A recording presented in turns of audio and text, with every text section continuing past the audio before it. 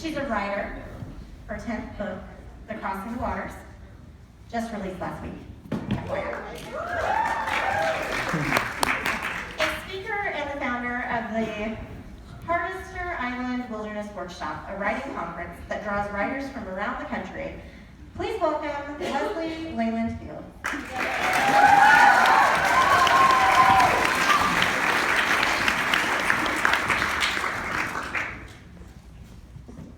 This is a story about a woman who needs to use her notes.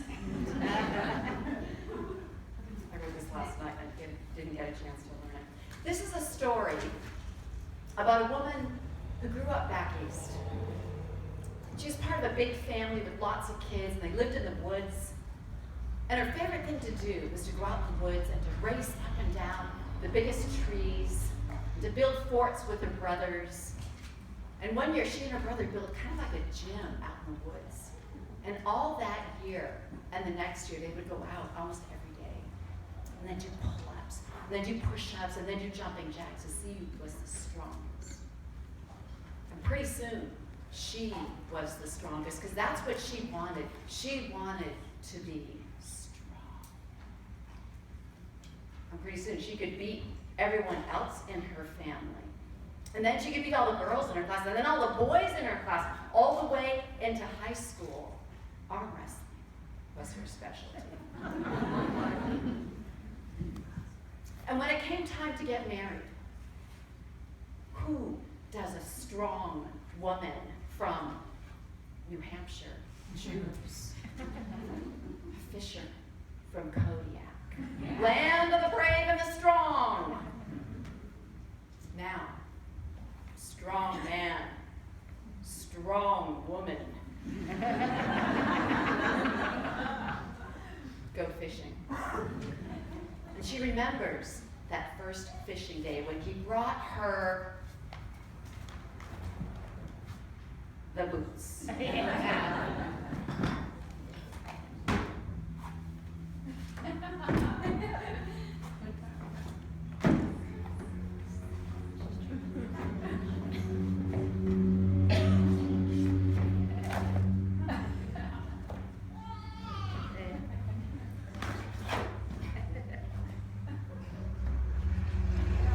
They were a little big, a little heavy, a little bit uncomfortable, but that's okay because she's a strong woman.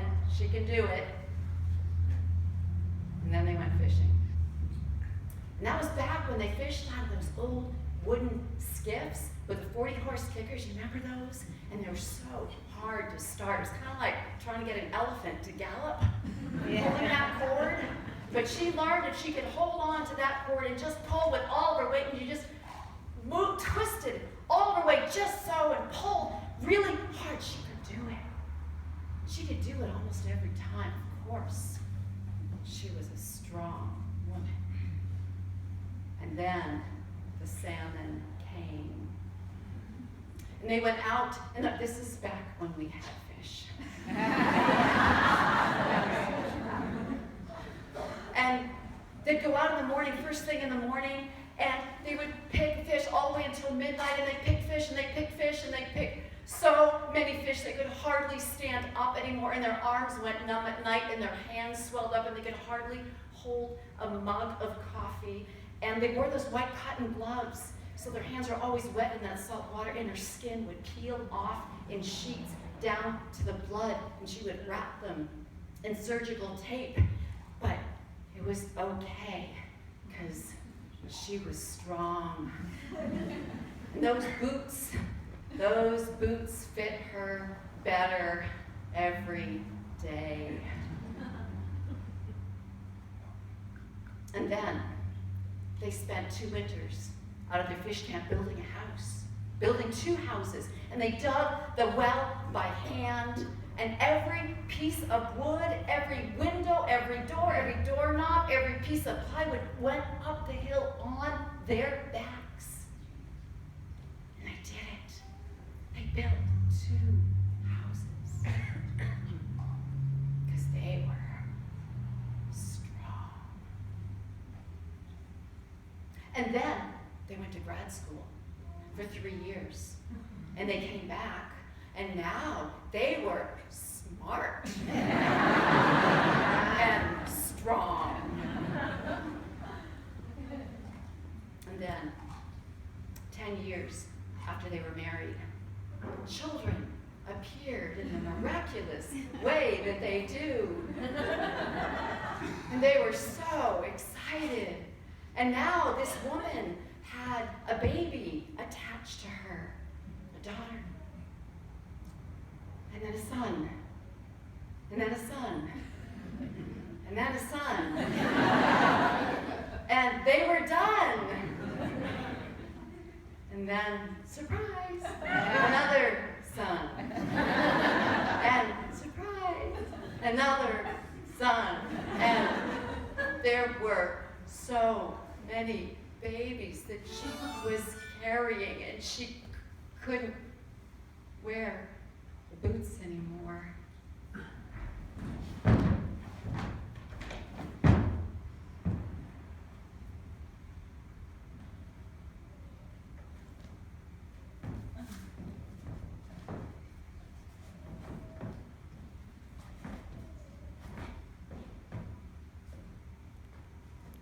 And they grew.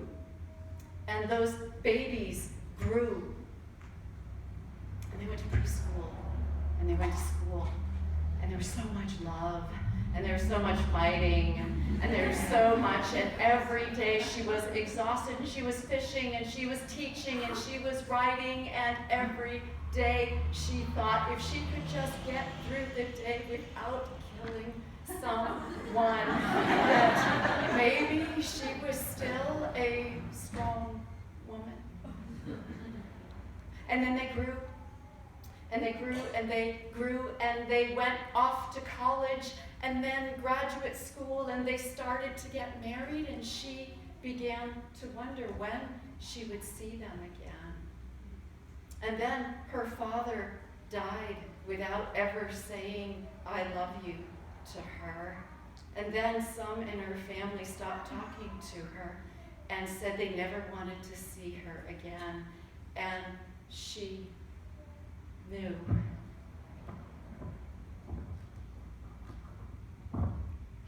She couldn't do anything about that on her own.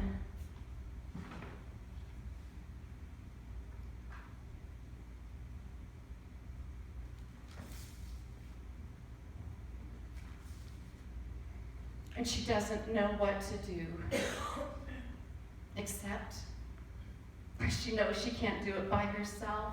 She needs help to keep loving, to keep forgiving. And from here, she sees it. She sees the brokenness of the world. She sees the politicians and the nations warring and fighting over who is the greatest, who is the strongest. She lays it down.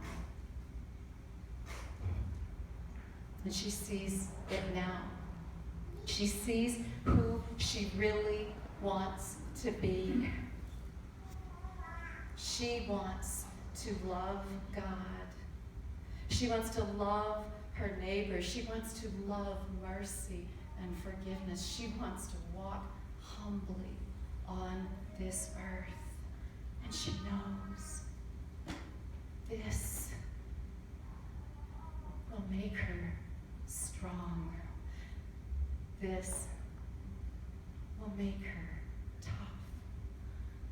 And maybe someday this love will make her